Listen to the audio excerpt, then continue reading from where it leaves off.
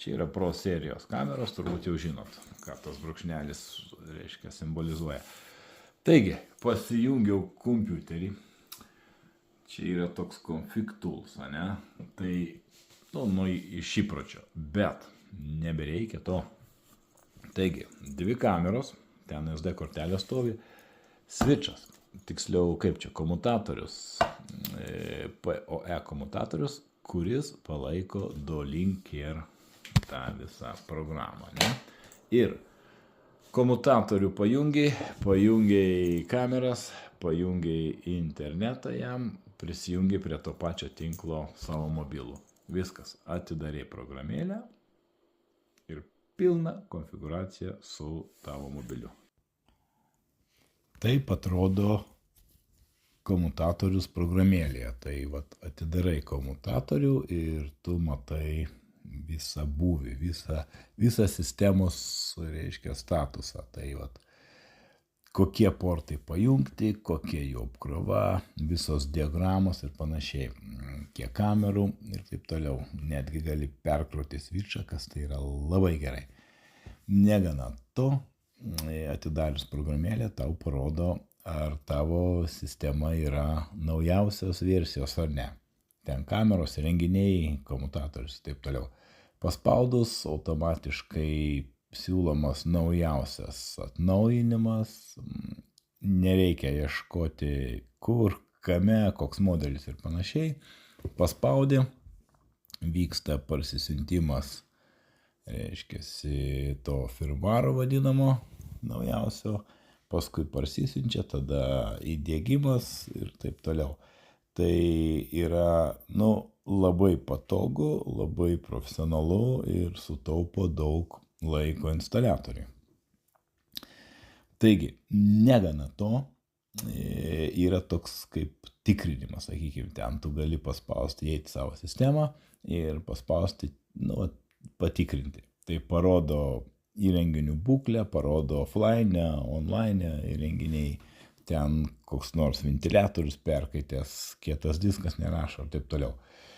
Be to, programėlė turi be galo daug info. Reiškiasi, norint paskaičiuoti ten kieto disko talpą, sakykime. Tai labai paprastai, ūkiškai, o taip yra nurodoma lentelė, surašytos,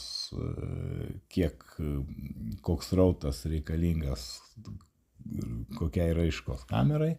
Tai įsirenki, sakykime, kilobitus, nurodai kamerų kiekį, nurodai dienas ten kiek nori, bilia kiek įvedi dienų, tarkim, geriau veskim 14, kaip pagal įstatymą, paspaudi kankuliai, tau parodo, reiškia, tokiu bit reitų, tiek kamerų, reiškia, tiek bus pastovus įrašas, pastovus, ne judesio detekcija, nes judesio detekcijos nepaskaičiuos tiksliai.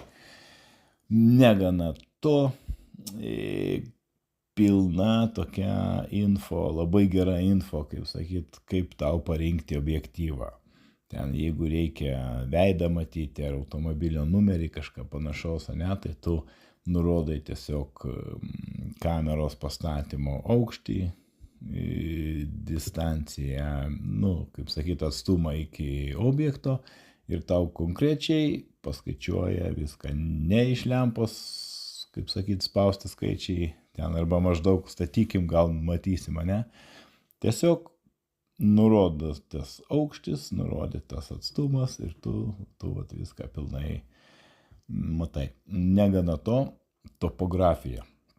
Čia žiauriai geras dalykas, profesionalus, sujungus kameros, pajungus topografiją, reiškia, tau išpiešia visą struktūrą, kaip sujungtos kameros. Tai čia jeigu kažkoks objektas, kaip sakyt, pramoninis, tai tau labai gerai, reiškia, pateikti dokumentacijai. Nuotoliniu būdu galima perkrauti switchą. Čia paskui keičiasi pavadinimai kamerų, sakykime, ten kokį norim įvedam. Vienu žodžiu, pilna konfiguracija visos sistemos be kompiuterio. Tu išsitrauki mobilų iš kišenės, sukonfiguravai, paleidai pavadinimus, pakeitei nustatymus kameros, ten vienu žodžiu pilnai sukonfigūruota sistema, patikrini, pračekini, pasižiūri, pavadinimus pakeitė ir tokią sistemėlę perleidi jau klientui.